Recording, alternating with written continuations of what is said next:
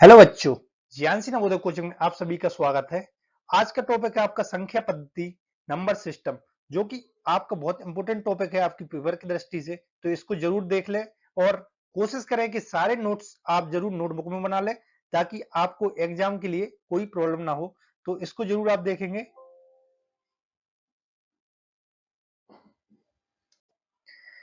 अंक, जिसको डिजिट्स कहा जाता है, क्या होता है अंक? गणित की सबसे छोटी इकाई को अंक कहा जाता है। आप लिख लें जरूर, गणित की सबसे छोटी इकाई को अंक कहा जाता है।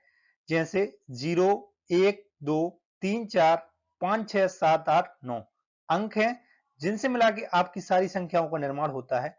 तो आप इसको नोट कर लें, ये इंपोर्टेंट टॉपिक है। अंक क्या है?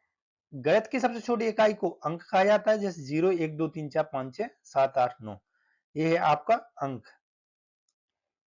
इसके बाद हम बात करेंगे संख्या के बारे में। नंबर्स, नंबर्स क्या होते हैं? तो पहले ही आपको बता दिया गया है। अंकों को मिलाकर, जो भी हमने अभी अंक पढ़े थे, 0, 1, 2, 3, 4, 5, 6, 7, 8, 9, उनको मिलाकर संख्या का निर्माण होता है। तो दुनिया की कोई भी संख्या होगी आपकी उन्हीं अंकों से मिलाकर बनी होगी।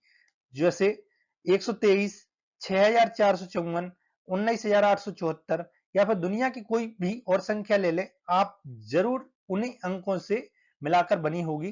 तो आप लोग जरूर देख लें, सबसे छोटी इकाई होती है अंक, और अंकों को मिलाकर बनाई जाती है संख्या। आप देख लें, कोई भी संख्या ऐसी नहीं होगी जिसमें उन अंकों का प्रयोग नहीं किया गया हो। तो यह है इंपोर्टेंट बात। अब नेक्स्ट पॉइंट आप लिखेंगे, प्राकृतिक संख्या, नेचुरल नंबर्स। तो क्या होता है नेचुरल नंबर? एक से लेकर अनंत तक की संख्याओं को प्राकृतिक या प्राकृतिक संख्या कहा जाता है। एक से लेकर अनंत तक की संख्याओं को प्राकृतिक संख्या या प्राकृतिक संख्या कहा जाता है। जैसे 1, 2, 3, 4, 5, 6, 7, 8, 9 लगातार की संख्या आपकी, इसकी संख्या अनंत तक होती है। 1, 2, 3, 4, 5, 6, 7, 8, 9, 10, 11, 12, ये अनंत तक है। इसको प्राकृतिक संख्या कहा जाता है। आप जरूर देख लें, इसमें जीरो नहीं है। प्राकृतिक संख्या में जीरो नहीं होता है। तो 1, 2, 3, 4, 5, 6, 7, 8 ये आपकी प्राकृतिक संख्या है। नेक्स्ट है पूर्ण संख्या, होल नंबर्स। जीरो से लेकर अनंत तक की संख्याओं को पूर्ण संख्या कहते हैं। जीरो से लेकर, इसमें आपका जीरो भी इंक्लूड किया जाता है। प्राकृतिक संख्या में यदि जीरो जोड़ दिया जाए तो पूर्ण संख्या बन जाती है। प्राकृतिक संख्या में यदि जीरो जोड़ दिया जाए तो पूर्ण संख्या बन जाती है। जैसे आप देख लें, 0, 1, 2, 3, 4, 5, 6, 7, 8, 9, 10 से लेकर अनंत तक, इसमें आप देखेंगे सिर्फ और सिर्फ यहाँ पे जीरो को मिला लिया गया है और आपकी ये पूर्ण संख्याओं का निर्माण हो गया है। 0, 1, 2, 3, 4, 5, 6, 7, 8, 9, 10, यहाँ पे आपको जीरो को मिला लिया और पूर्ण संख्याओं का निर्माण हो गया है। तो इसको भी आप नोट डाउन कर लें। नेक्स्ट है आपका सम संख्या, even numbers. What is even number?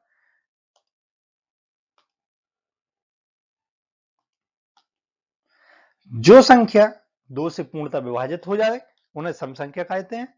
जो भी संख्या है जिसमें दो का भाग चला जाए उसे आप इवन नंबर कहते हैं। जैसे 2, 4, 6, 8, 10, 12, 14, 16, दुनिया की कोई भी संख्या जिसमें दो का भाग चला जाएगा वो आपका इवन नंबर होगा। जैसे आपके यहाँ पे लिखने में है 1212, इसमें आप देख लेंगे दो का भाग यदि जा रहा है तो ये इवन नंबर होगा, अदरवाइज इवन नहीं होगा। ये है आपका इवन नंबर। नेक्स्ट है आपका विषम संख्याएं, ऑड नंबर्स। जो संख्याएं दो से पूर्णतः विभाजित नहीं होती उन्हें विषम संख्या कहते हैं। जैसे 1, 3, 5, 7, 9, 11, 13, 15, 17, 19, मतलब दुनिया की कोई भी संख्या ऐसी होगी जिसमें दो का भाग नहीं जा रहा, वो आपकी किस में होगी? ऑड नंबर्स में आएगी, जिसको आप विषम संख्या कहते हैं, विषम संख्या में आएंगी। इसको भी आप नोट डाउन कर लें। जो संख्याएं दो से पूर्णतः विभाजित नहीं होती उन्हें विषम संख्या कहते हैं। एक दो सॉरी 1, 3, 5, 7, 9, 11, मतलब सम संख्याओं को छोड़कर सारी संख्या विषम संख्या में आएंगी।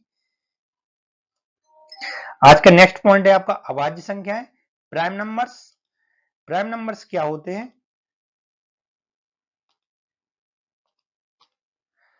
एक से अधिक, इसको आप लिखेंगे, एक से अधिक वे सभी संख्याएं जो किसी भी अन्य संख्या विभाजित ना हो तो अभाज्य संख्या कहलाती है।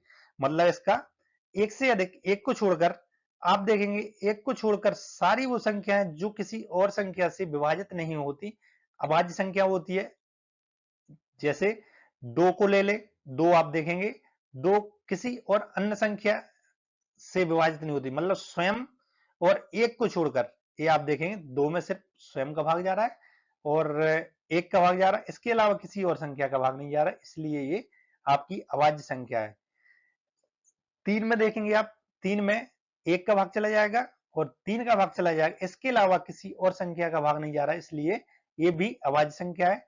जैसे आप यहाँ पर 4 की बात करेंगे तो 4 में आप देखेंगे एक का भाग तो जा ही रहा है तो 4 का भाग जा रहा है, इसके अलावा 2 का भाग भी जा रहा है, इसलिए ये अभाज्य संख्या नहीं है।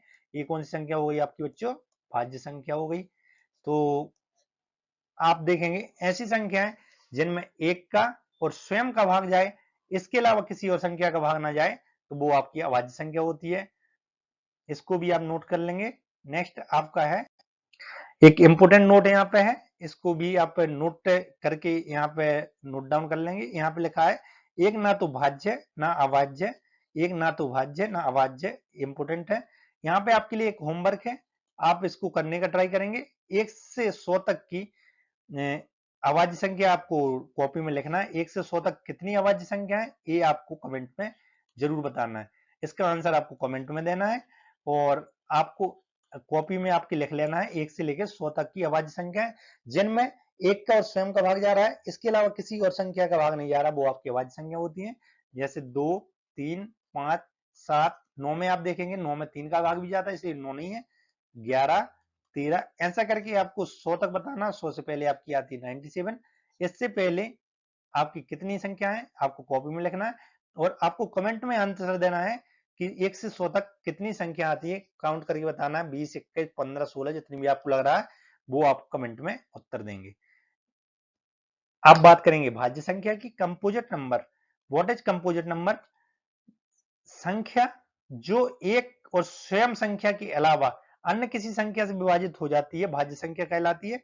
बहुत सरल है, एक और स्वयं से तो भाग चला जाता है उनको भाज्य संख्या कहते हैं, लेकिन ऐसी संख्या जिसमें एक का भाग चला जाए, स्वयं का भाग चला जाए, लेकिन इसके अलावा किसी और संख्या का भाग जाना चाहिए, वो होती है आपकी भाज्य संख्या। ये इंपोर्टेंट है। इसके अलावा मतलब ऐसा नहीं कि एक का और स्वयं का ही भाग चला जाए, लेकिन इसके अलावा किसी और संख्या का भाग चाहिए, वो आपके होंगे भाज्य संख्याएं। जैसे आप करेंगे बात यहाँ पे 4 की, तो 4 में आप देखेंगे एक का तो भाग जा ही रहा, 4 का भी भाग जा रहा है, लेकिन इसके अलावा 2 का भाग भी जा रहा है, इसलिए 4 आपकी क्या है? आपकी 4 संख्या भाज्य हो गई। यहाँ पे 6 में भी आप देखेंगे एक का भी भाग जा रहा है, 6 का जा रहा है, इसके अलावा 2 का भी जाता है, 3 का भी जा रहा है, इसलिए क्या है? ये भी भाज्य संख्या हो गई। 8 एक का भी जा रहा है, 8 का भी जा रहा है, इसके अलावा आपका 2 और 4 का जा रहा है, इसलिए 8 विभाज्य संख्या हो गई। 9 में 3 का चला जाता है, 10 में 2 और 5 का, 12 में 2 और 6 3 का भी चला जाता है, 4 का भी चला जाता है। इसी प्रकार सारी संख्याएं आपकी भाज्य संख्या आपके सामने लिखी, इसको आप कॉपी में नोट डाउन कर लेंगे। एक और चीज आपके लिए होमवर्क में है, 1 से 100 तक कितनी भाज्य संख्या है इसको आपको कॉपी में नोट कर लेना है। 1 से 100 तक कितनी भाज्य संख्या है आपको एक कॉपी में नोट करना है। जो आपकी, जैसे आपने अभी भाज्य संख्या सॉरी अभाज्य संख्या लिखी होंगी, जैसे यहाँ पे आपने 2, 3, 5, 7, 11, 13, 17, 19 ऐसे करके आपने 100 तक अभाज्य संख्या लिखी है, तो इनके बीच में जो भी संख्याएं आएंगी वो आपकी अभाज्य संख्या होंगी। मैंने पहले ही बोला एक ना तो भाज्य ना अभाज्य, तो एक को भी छोड़ देना है।